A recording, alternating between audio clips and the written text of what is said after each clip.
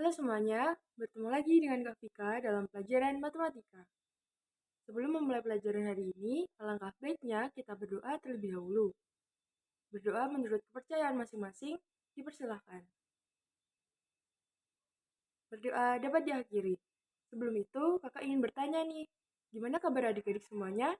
Semoga dalam keadaan sehat dan tetap semangat dalam ikut pelajaran ya. Pada video kali ini, kita akan mengulas kembali materi-materi yang sudah kita pelajari sebagai bahan persiapan penilaian akhir tahun.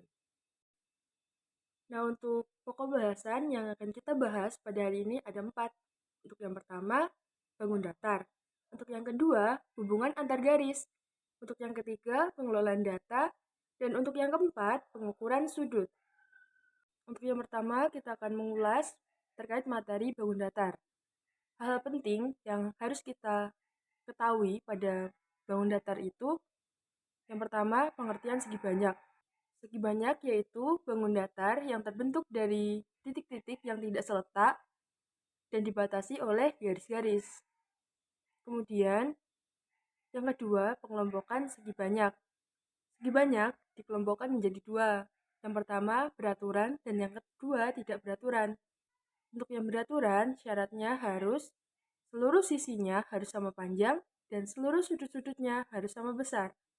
Nah, apabila salah satu dari syarat tersebut tidak terpenuhi, maka segi banyak tersebut akan dikelompokkan menjadi segi banyak tidak beraturan. Selanjutnya, poin ketiga adalah keliling dan luas bangun datar. Keliling sendiri itu diartikan sebagai jumlah setiap sisi pada bangun datar. Jadi, ketika kita ditanya keliling dan kita lupa akan rumusnya, kita cukup menjumlahkan setiap sisi-sisinya. Pada materi bangun datar ini, hanya 3 bangun datar yang perlu kita pelajari. Untuk yang pertama itu terkait bangun datar segitiga. Untuk rumus kelilingnya adalah sisi ditambah sisi ditambah sisi. Kemudian untuk rumus luasnya sama dengan alas dikali tinggi per 2. Nah, untuk alasnya itu yang bagian bawah. Kemudian yang tinggi, yang dikatakan tinggi itu garis dari titik puncak hingga alas segitiga yang membentuk tegak lurus. Jadi, jika tidak tegak lurus itu namanya sisi miring. Kemudian, bangun datar kedua adalah persegi. Nah, untuk rumus kelilingnya sama dengan 4 kali sisi, karena persegi setiap sisinya besarnya adalah sama. Untuk luas dari persegi, rumusnya adalah sisi kali sisi. Selanjutnya ada persegi panjang. Untuk kelilingnya, rumusnya adalah 2 dikali panjang ditambah lebar. Jadi panjang ditambah lebar dulu, kemudian baru dikalikan dengan 2. Untuk luas dari persegi panjang, rumusnya adalah panjang dikali lebar. Oke, kita lanjut pada materi kedua, yaitu hubungan antar garis.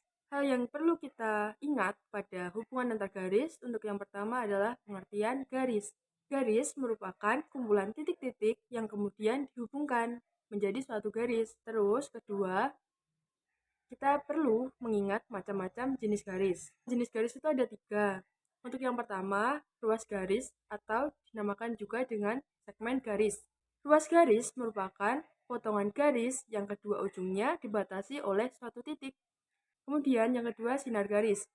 Sinar garis adalah ruas garis yang salah satu ujungnya tidak terbatas atau ditandai dengan panah biasanya. Kemudian yang ketiga adalah garis lurus. Nah, garis lurus merupakan garis yang kedua ujungnya tidak terbatas atau kedua ujungnya memiliki tanda panah. Bisa dilihat dalam gambar. Kemudian kita masuk pada inti bab 2 ini. Nah, hubungan antar garis itu ada 3 yang sudah kita pelajari. Yang pertama, garis sejajar. Syaratnya apa? Terletak pada satu bidang datar. Tidak boleh berpotongan jika diperpanjang. Tidak membentuk sudut dan jarak kedua garis selalu sama. Kemudian yang kedua, garis berpotong. Syaratnya terletak pada satu bidang datar dan ketika diperpanjang atau pada posisi awal, dia sudah bertemu pada satu titik, jadi perpotongan. Kemudian yang ketiga ada garis berimpit. Syaratnya terletak pada satu garis lurus. Nah, berikut ini ada contoh-contoh hubungan antar garis. Yang pertama ada garis sejajar, kemudian garis berpotongan yang berpotongan di salah satu titik. Kemudian garis berimpit yang satu letak dan satu garis lurus. Kemudian tegak lurus yang setiap bagian yang berpotongan itu besarnya 90 derajat. Selanjutnya kita akan mengulas materi ketiga, yaitu pengolahan data. Hal yang perlu kita ingat dari pengolahan data itu untuk yang pertama, pengertian data. Data sendiri merupakan informasi yang diperoleh berdasarkan fakta. Kemudian yang kedua, cara pengumpulan data. Pengumpulan data dapat dilakukan menggunakan dua cara, yaitu secara langsung ataupun tidak langsung.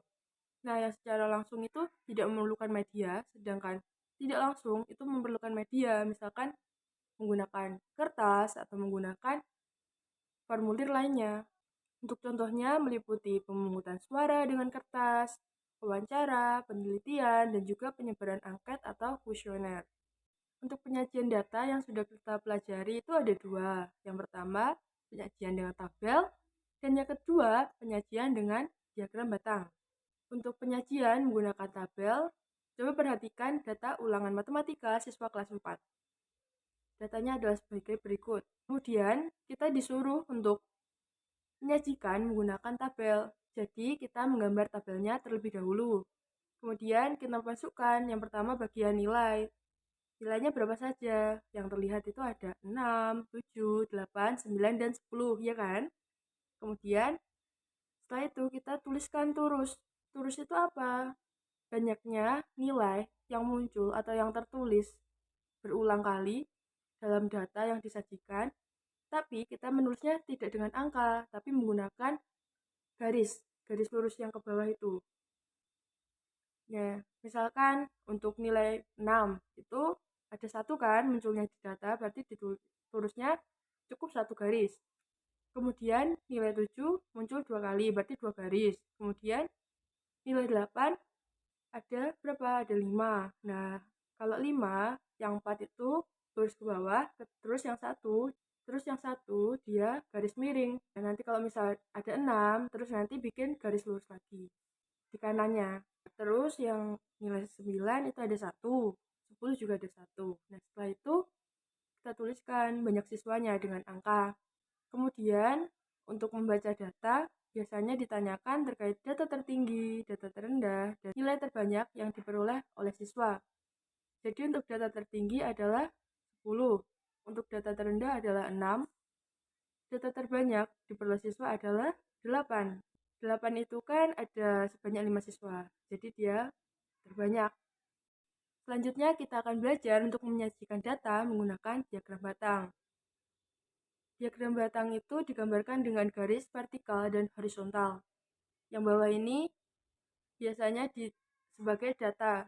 Datanya itu kan nilai, berarti diisi dengan nilai. Nilainya berapa saja? 6, 7, 8, 9, dan 10. Kemudian, di bagian kirinya, itu adalah banyaknya data itu. Jadi, data nilai 6 itu ada berapa anak? 1 kan, berarti diagram batangnya dibuat satu saja. Di bagian 1 berhentinya, yang warna-warni ini. Terus yang 7 ada berapa anak? 2. Jadi, bikin batangnya sampai angka 2. Dan 8 itu ada 5 anak, berarti berhentinya sampai angka 5 dan seterusnya. Nah, selanjutnya kita masuk pada bab keempat, yaitu pengukuran sudut. Pada materi pengukuran sudut, yang kita harus ingat untuk yang pertama terkait pengertian sudut. Sudut merupakan perpotongan dua garis pada satu titik. Kemudian yang kedua, kita harus sudah paham terkait cara mengukur besar sudut. Untuk langkah pertama, letakkan titik tengah penggaris busur tepat pada titik sudut. Kemudian untuk yang kedua, himpitkan salah satu garis penggaris busur tepat di atas salah satu kaki sudut. Kemudian langkah ketiga, lihatlah kaki sudut yang lain. Nah, sudutnya kan, kaki sudut yang lain kan berarti yang atas ini, yang B ke C. Angka yang ditunjukkan merupakan besar sudut yang diukur. Berarti angkanya kan 50. Jadi sudut ABC ini sebesar 50. Pada ujian, biasanya terkait soal untuk bab 4 ini atau pengukuran sudut ini, biasanya kita disuruh mencari besar sudut yang belum diketahui. Biasanya dari sudut-sudut bangun datar. Nah, untuk itu kita perlu tahu jumlah sudut pada bangun datar. Untuk yang pertama, jumlah sudut pada bangun datar segitiga adalah 180 derajat. Terus yang kedua, jumlah sudut dalam pada segi empat adalah 360 derajat.